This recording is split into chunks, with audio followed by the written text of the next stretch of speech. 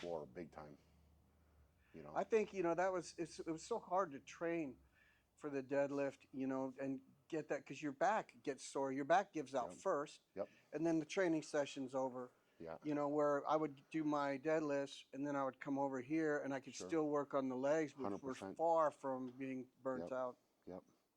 No, yeah. This is really good. Like, I mean, as far as that goes, the only other one that I've I will say I wish I would have had that for training for sure, because that would have been great. And then the only other one is, and I have to say I've really enjoyed, is the H squat, the hammer Yep. strength H squat. Yep. And I found one of those, and there was a guy that was like, and I was like, yeah, I'm just not sure if I'm going to fit on it or how it's going to feel or whatever. And that is a, like, this with that would be like Yeah. the way that feels, the way that this feels. But this is kind of like the low end kind of power, like as you got to the bottom of the deadlift and locked into your position to drive, because that was always my mental cue anyway, was like push your feet through the floor, right?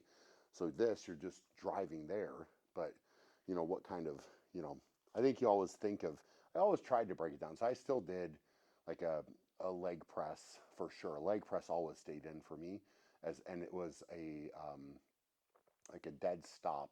I was a big fan of that with pretty heavy band tension.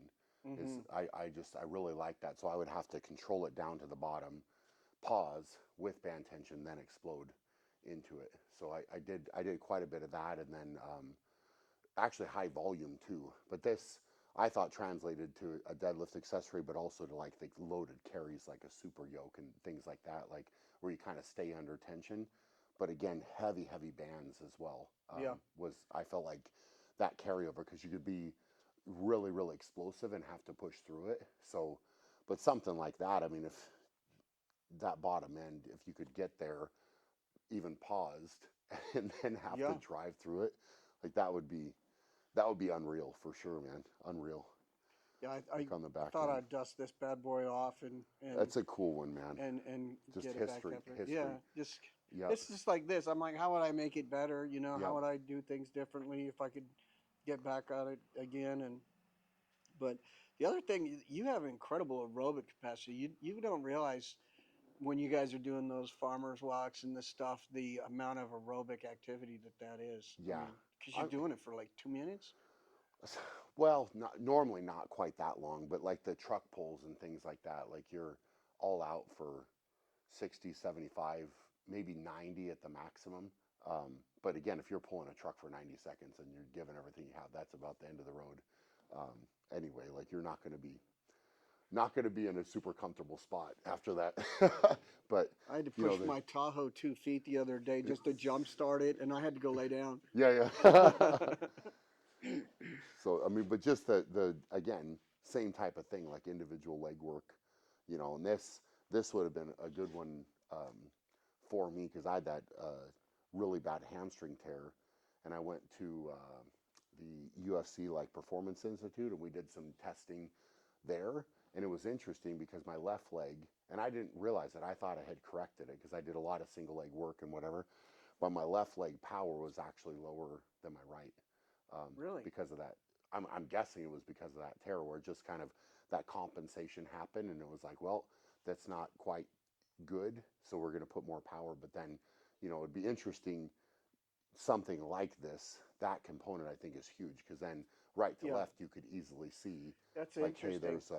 there's an imbalance, and I think a lot of people naturally have that anyway, where they have a little bit of imbalance right to left. So same thought Yeah, process here is like, hey, if I'm, my right arm is very dominant, but this is all together, I can get through that because my right's going to carry, and potentially that, in some ways, maybe the strength, just that difference stays there. It just lives there because I'm never ever making the weaker side catch up. that's So that's really interesting. I was talking to the athletic director at Mississippi State University one time. They did a lot of testing on their athletes as they came in, and one of the things that he pointed out was he said, after an injury on the field, yeah, they have to test them so much before they get back to play because what they'll do is maybe their speed times are back up to where they were, sure, but they're compensating. Yeah. And Yeah. so then the next thing they go out and they get hurt again because they're in that off position, Yep. but they're catching up. The good strong side is taking over the weak side, and the weak side's not getting evened up with the Sure. right side. Sure. So that imbalance is still there. Yeah. Yeah.